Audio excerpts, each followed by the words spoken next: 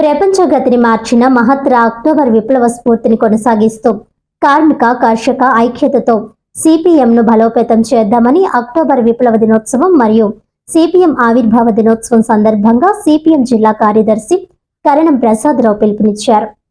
ఈ సందర్భంగా శుక్రవారం ఉదయం కాకినాడ సుందరయ్య భవన్లో సిపిఎం నగర కన్వీనర్ పలివెల వీరబాబు అధ్యక్షతన జరిగిన కార్యక్రమంలో ముందుగా జిల్లా కార్యదర్శి కరణం ప్రసాదరావు అరుణ పతాకావిష్కరణ చేశారు. అనంతరం సిపిఎం జిల్లా కమిటీ సీనియర్ నేత దువ్వ శేషబాబ్జీ, నగర కమిటీ సీనియర్ నేత కె సత్యరాజులు సుందరయ్య చిత్రపటానికి పూలమాలలు వేసి జోహార్లు అర్పించారు.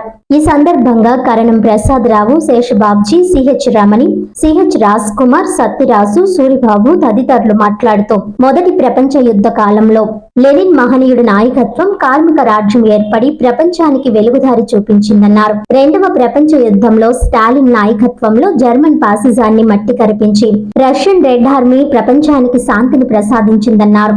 ఆ విధంగా ప్రపంచంలో సోషలిస్టు శిబిరం ఏర్పడమే కాకుండా భారతదేశం లాంటి వలస దేశాలకు స్వాతంత్ర సాధనకు అండగా నిలిచిందన్నారు. భారతదేశంలో కీలకమైన ప్రభుత్వ రంగ సంస్థల నిర్మాణానికి సోవియట్ రష్యా అందించిన సహకారం ఎనలేనిదని కొనియాడారు. 1964 నవంబర్ 7వ తేదీన కలకత్తా మహాసభలో సిపిఎం ఆవిర్భవించిందన్నారు. కార్మిక కర్షక రాజ్య స్థాపనకై సిపిఎం నికరంగా మార్క్సిజం లెనినిజాన్ని అన్వయిస్తూ ముందుకు సాగుతోందన్నారు. ప్రస్తుత పరిస్థితుల్లో సిపిఎం ను బలోపేతం చేసుకోవాలని అన్నారు. ఈ కార్యక్రమంలో Malaka Venkataramana, Medisetti Venkataramana, Chandramalla Padma, K Veerababu, K Simhachalam, U Satyanarayana, CH Ajay Kumar, T Raja, Anaparthi Edukondalu, T Rani, R Talupulamma, M Suryaprakash, Satyam, Venkatesh, Pavan తదితరులు పాల్గొన్నారు. 1625 కోట్ల ఎకరాల భూమిని సోవియట్లకి, అంటే పేద రైతులకు, కార్మికులకు సోవియట్లు ఏర్పాటు చేసి వాళ్ళ చేతిలో అజమాయిషి ఉండేలాగా మొత్తంగా చూసుకున్నప్పుడు భూమి 1625 కోట్ల ఎకరాల భూమి పంపిణీ చేసింది. దున్నేవాడిదే భూమి అనే నినాదం కూడా సోవియట్ రష్యా నుంచే వచ్చింది. ఇవాళ మనం అనుభవిస్తున్నటువంటి ప్రతి సంక్షేమం కూడా ప్రారంభ దశ ఎక్కడంటే సోవియట్ రష్యాలో ఉంటుంది. కాబట్టి అనేక విప్లవాలు జరిగినాయి ప్రపంచవ్యాప్తంగా. రాచరికం పోయి బుర్జువా వ్యవస్థ వచ్చింది, బానిస వ్యవస్థ పోయి మళ్ళీ రాచరికం, రకరకాల విప్లవాలు జరిగినాయి. కానీ ప్రపంచాన్ని మలుపులు తిప్పినటువంటి విప్లవం ఈ మొట్టమొదటి సోషలిస్ట్ విప్లవంగా రష్యా విప్లవాన్ని చెప్పుకుంటారు. కారణం ఏంటంటే అది దోపిడీ ఒకటి చేతిలోంచి ఇంకోటి చేతిలోకి మారింది తప్పితే సోవియట్ రష్యాలో దోపిడీని అంతం చేసి కార్మికులు కర్షకుల చేతిలో. ఈరోజు నవంబర్ 7 సోవియట్ రష్యాలో విప్లవం వచ్చినటువంటి రోజు. అది 1917. ఆ తేదీనే మా పార్టీ సిపిఎం పార్టీ ఏర్పాటైనటువంటి రోజు కూడా. అయితే ఇదంతా చాలా కాలం అయింది. ఇప్పుడు దేశంలో, ప్రపంచంలో కమ్యూనిస్టులకి అనుకూలమైనటువంటి పరిస్థితులు ఉన్నాయి. ఈ విషయం ప్రజలు గమనించాలి. అమెరికా ఒక పెద్ద సామ్రాజ్యవాద దేశం. ఆ దేశంలో న్యూయార్క్ సిటీకి మేయర్గా ఎన్నికైంది ఒక సోషలిస్టు. ఇదే ఒక పెద్ద అంశం.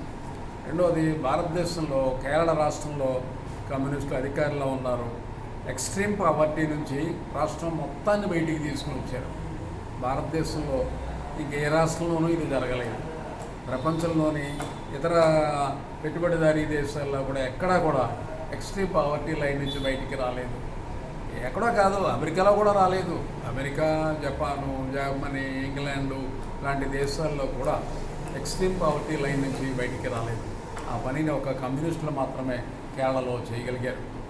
ఇక ఇతర దేశాల పరిస్థితులను చూసుకున్నప్పుడు ఈ రోజున ఏంటంటే ఒకరు ప్రజలందరూ కూడా సోషలిస్టు మౌలిక సూత్రాలను అధ్యయనం చేయడం మొదలుపెట్టారు. ఈ దేశానికి, ప్రపంచానికి కూడా భవిష్యత్తులో మంచి రోజులు ఉన్నాయని చెప్పి భావిస్తున్నారా. ఈరోజు ప్రపంచంలో మొట్టమొదటిసారి కార్మిక నాయకత్వాన కష్టజీవుల రాజ్యం ఏర్పడినటువంటి రోజు.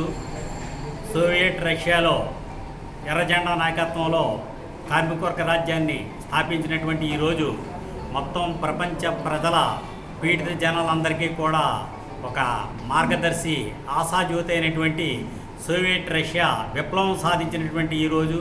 ముఖ్యంగా ప్రపంచంలో ఎవరైతే హక్కుల కోసం పోరాడుతూ ఉన్నారో, ఆయా ప్రజల సామ్రాజ్యవాద విముక్తి కోసం పోరాడుతూ ఉన్నారో, సోవియట్ రష్యా వారి వెనక ఉండి వెన్నుదన్నుగా నిలిచి తన యొక్క సంపూర్ణ సహకారాన్ని అందించింది. ఆ రకంగా భారతదేశంలో భారత స్వాతంత్రం రావడానికి కూడా స్వాతంత్ర అనంతరం భారతదేశం ఈ రకమైనటువంటి అభివృద్ధి చెందడంలో కూడా సోవియట్ రష్యా చాలా కీలక పాత్ర ఉంది. ముఖ్యంగా ఏదైతే భారీ పరిశ్రమలు ఈ దేశంలో ఏర్పాటు చేయడం జరిగిందో అవన్నీ కూడా సోవియట్ రష్యా సహకారంతో ఏర్పాటు చేయడం జరిగింది. ఆ రకంగా సోవియట్ రష్యా తృతీయ ప్రపంచ దేశాలుగా ఏదైతే రెండో ప్రపంచ యుద్ధానంతరం అంటే 1945-48 ఈ కాలంలో స్వాతంత్రం పొందినటువంటి దేశాలన్నిటి వెనక ఉండి ఆయా దేశాల విముక్తిలో చాలా కీలక భూమిక పోషించినటువంటి సోవియట్ రష్యాలో ఎర్రజెండా ఏర్పడినటువంటి ఈ రోజు మొత్తం పీడిత ప్రజలందరికీ కూడా ఒక కలగా ఉన్నటువంటి ఈ రోజుని ప్రజలందరూ కూడా ఒకసారి జ్ఞప్తికి తెచ్చుకోవాలని చెప్పేసి భారత communist party Marxist CPIM party తరఫున విజ్ఞప్తి చేస్తున్నాం మిత్రులారా.